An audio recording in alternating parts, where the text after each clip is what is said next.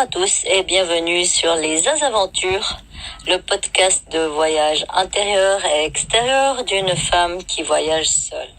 Bienvenue en 2023.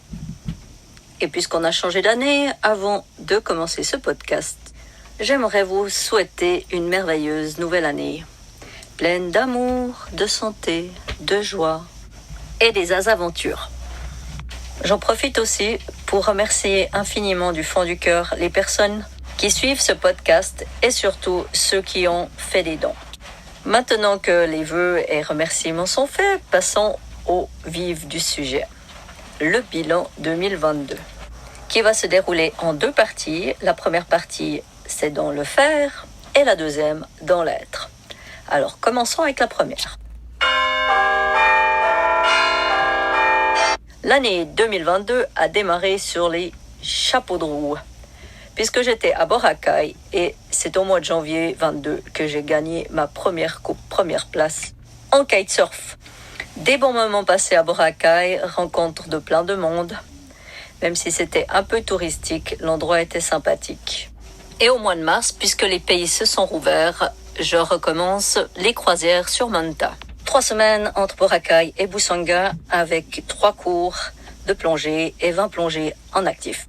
Ensuite, j'ai navigué jusqu'à Puerto Princesa où je suis restée passablement de temps pour gérer un peu de logistique, telle que vente du vieux dinghy, Flashy est parti, achat du nouveau avec la fabrication de sa protection, achat et mise en place de nouvelles batteries, et son moteur et plein de petits détails que je vais vous épargner. Puerto Princesa, c'était l'occasion aussi pour moi de retrouver des personnes que j'avais pas revues depuis plusieurs années et aussi de nouvelles rencontres. Mais ce fut et surtout cette terrible histoire que je vais vous conter. À peine arrivé à Puerto Princesa, j'avais pris rendez-vous avec un ami suisse qui a aussi un bateau. Il vivait dans un appartement parce qu'il a eu un petit accident et il était en convalescence. Et l'après-midi même où je m'apprêtais à aller chez lui pour lui rendre visite comme c'était prévu, je reçois un message WhatsApp à son nom qui dit ceci. Kurt is dead. Oui, vous avez bien compris, Kurt est mort. Je ne comprends rien et j'appelle tout de suite au numéro pour savoir ce qui se passe. Et c'est sa copine Juliette qui répond et qui me confirme qu'en effet, mon ami Kurt est décédé juste à l'instant. Du coup, au lieu de me rendre chez lui, je pars à la morgue. Et je vois bien Kurt allongé devant moi, inerte. Alors que je m'attendais à le voir en vie, voilà que je trouve un corps sans vie. Ceci s'est passé début mai et puisque je suis restée presque jusqu'à la fin juillet, j'ai pu suivre un peu l'histoire des funérailles, dont je ne sais même pas s'ils ont eu lieu. Mais je vous jure que c'est pas une jolie histoire, avec l'avidité et la stupidité humaine. Pendant que j'étais à Puerto Princesa, il y avait une file d'attente de plusieurs mois à Kudat pour sortir le bateau. Et puisque c'était prévu de sortir Manta prochainement, j'ai finalement bien fait de rester à Puerto Princesa, puisqu'à Kudat, il n'y avait pas de place à ce moment-là. Mais c'est fin juillet que je quitte Puerto Princesa et les Philippines, après près de 4 ans dans ce pays, pour un retour sur Bornéo, Sabah, la Malaisie. Nous faisons notre entrée le 15 août à Kudat. Et le 25 août, je sortirai Manta sur les plots. Là, je vais vous épargner tout ce que j'y ai fait, puisqu'il y a un podcast qui est consacré à ceci. Il s'appelle « Un mois en enfer », si jamais, pour les personnes qui ne l'ont encore pas vu. De retour à l'eau, c'est là où on est parti avec Pépette, notre 5 jours de camping. Ça aussi, il en existe un podcast tout en images. Mais après la remise à l'eau, bien entendu, il y a quelques soucis qui sont manifestés, tels qu'une légère prise d'eau à certains endroits ou un alternateur qui ne fonctionne plus. Finalement, on arrive à quitter Kudat aux alentours du 20 octobre, avec un ami à bord.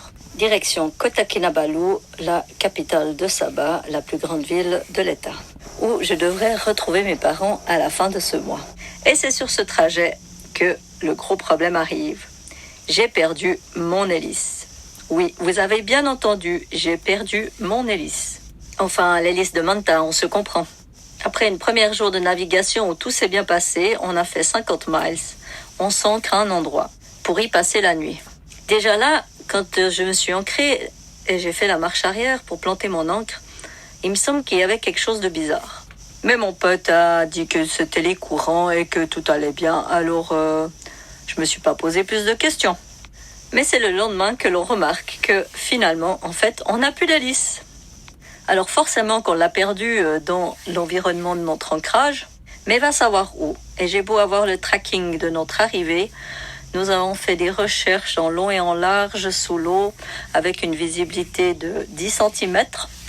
J'étais à tâtons pendant des heures et rien trouvé.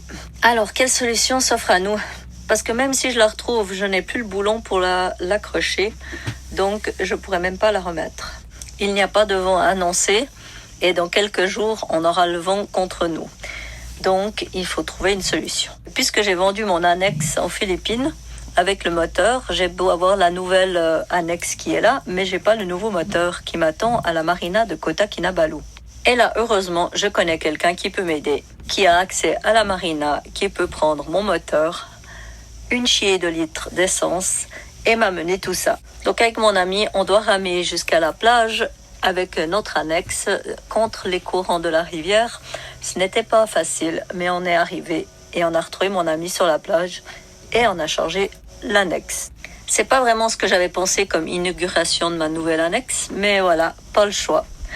Donc pour l'inauguration, elle va tirer Manta pendant des miles et des miles.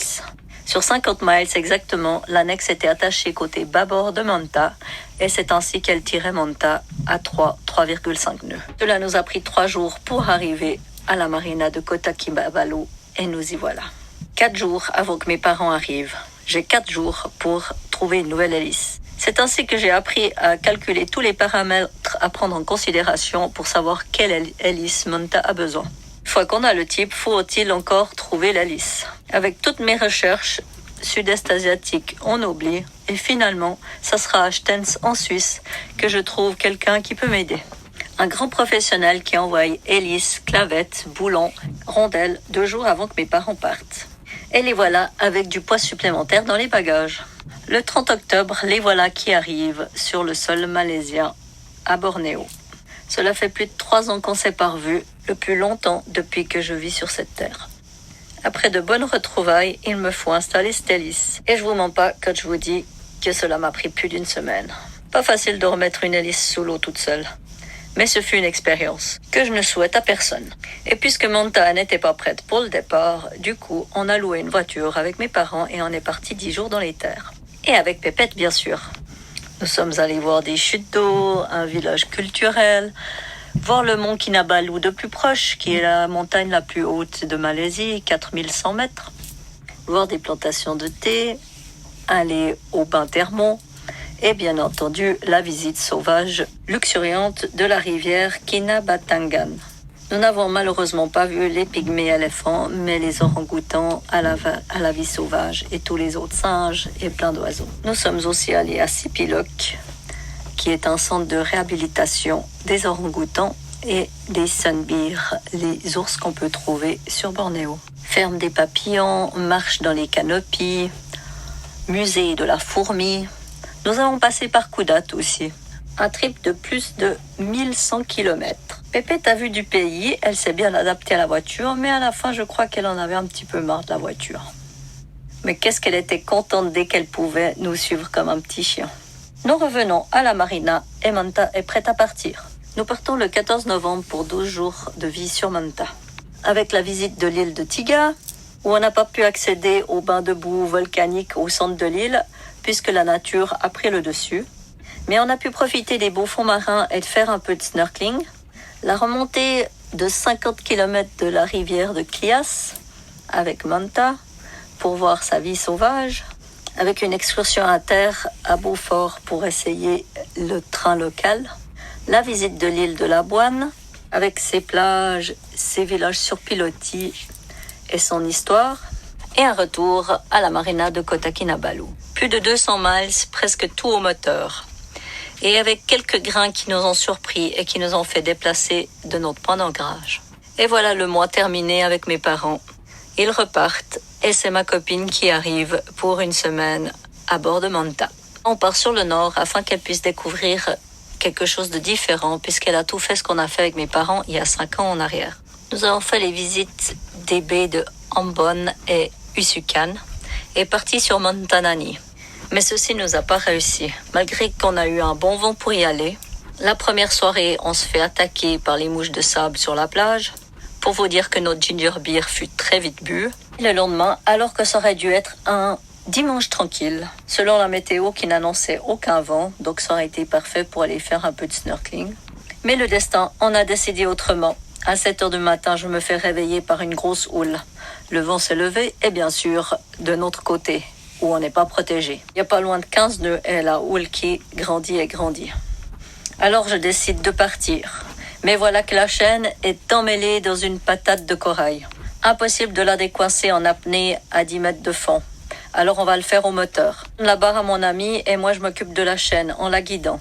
Dans une houle où le haut de la proue touche le haut de la vague. Dans ce stress, j'oublie d'informer mon ami et de faire attention aux bouts du dinghy qui sont derrière.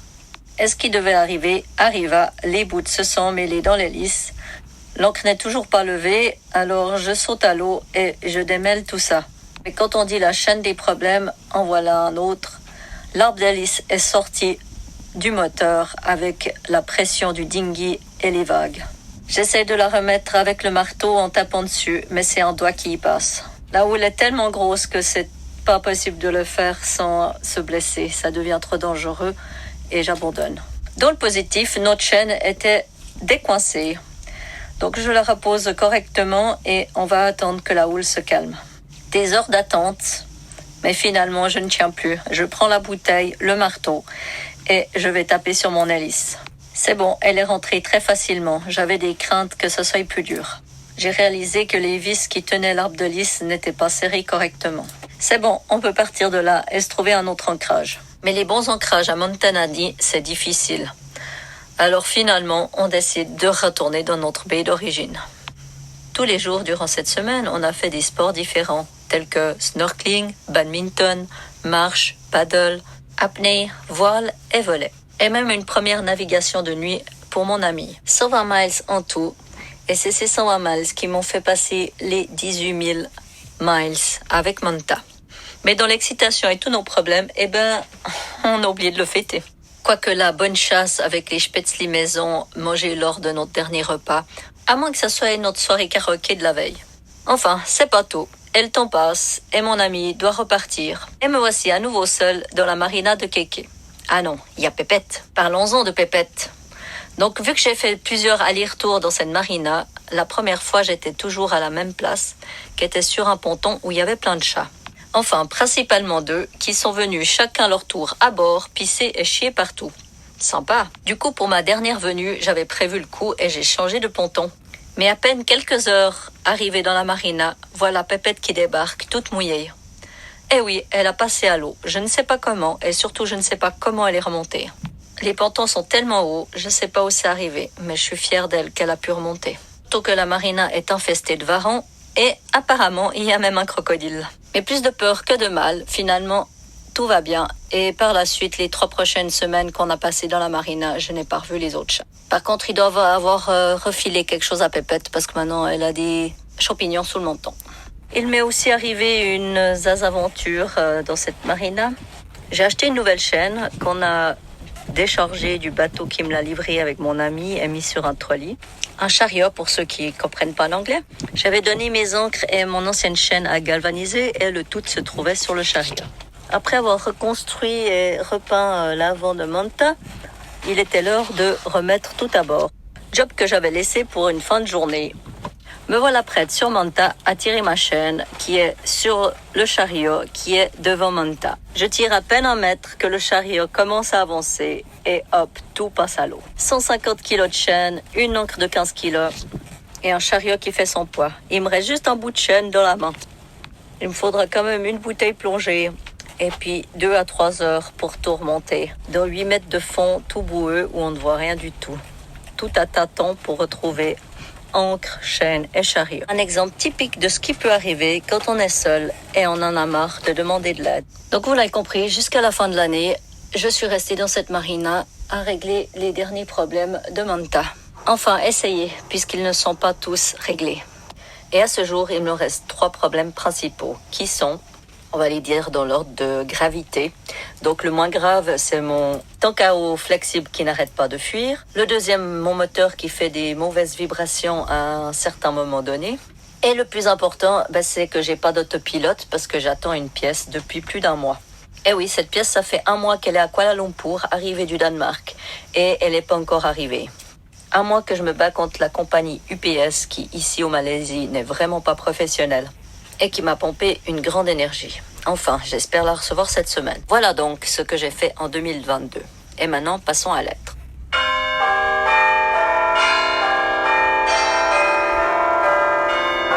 Avant de passer à l'autre, j'aimerais faire un petit bilan financier 2022, puisqu'on est dans les bilans. Et comme vous pouvez vous en douter, c'est encore une année dans les chiffres rouges. Malgré les quelques croisières que j'ai pu faire, cela n'a pas suffi à couvrir tous les frais de réparation de Manta. Alors j'ai espoir que 2023 sera la première année où on sera dans les chiffres noirs. Maintenant, passons à l'être. Comme vous pouvez vous en douter, mon bien-être a passé dans tous les états pendant l'année 2022. Un début d'année sympathique, euphorique, malgré les quelques petits soucis, mais rien de méchant. Mais à l'accumulation de tous ces problèmes avec Manta depuis le mois de mai, le stress et la fatigue se sont accumulés. Et c'est souvent dans cet état d'esprit que l'on fait les mauvais choix, les mauvaises décisions et les plus grosses bêtises.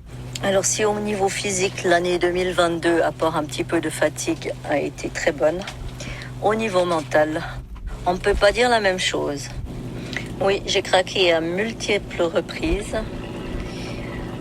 mais toujours ai trouvé le courage le lendemain pour reprendre l'énergie et continuer. Quand on dit le cycle des 7 ans, là c'est la preuve que ça existe. Ça fait 7 ans que j'ai Manta, mais elle m'a jamais posé autant de problèmes. Et pas toujours aisé et facile à demander de l'aide, de soutien moral quand on est seul. Même si j'ai quelques personnes sur la liste à qui je sais que je peux téléphoner. Des fois, avec le décalage horaire et la disponibilité des personnes, c'est toute une organisation. Enfin, toutes ces expériences m'ont fait prendre conscience qu'il va falloir faire un changement dans ma vie. Et donc, il va y avoir du changement. Enfin, que je ne retombe pas aussi bas que j'ai pu l'être ces derniers mois. Mais là, une nouvelle année a commencé et moi, je pense qu'elle va être meilleure cette année. En tout cas, je la souhaite à tout le monde et à moi aussi, à Pépette, à tout le monde. Je souhaite que 2023 soit bien meilleur que 2022. Même pour ceux qui ont eu une magnifique 22, elle peut être encore meilleure, la 23. Et je vais vous laisser avec cette belle citation d'Albert Einstein qui résume bien ce podcast. Apprendre d'hier, vivre pour aujourd'hui et espérer pour demain. À bientôt!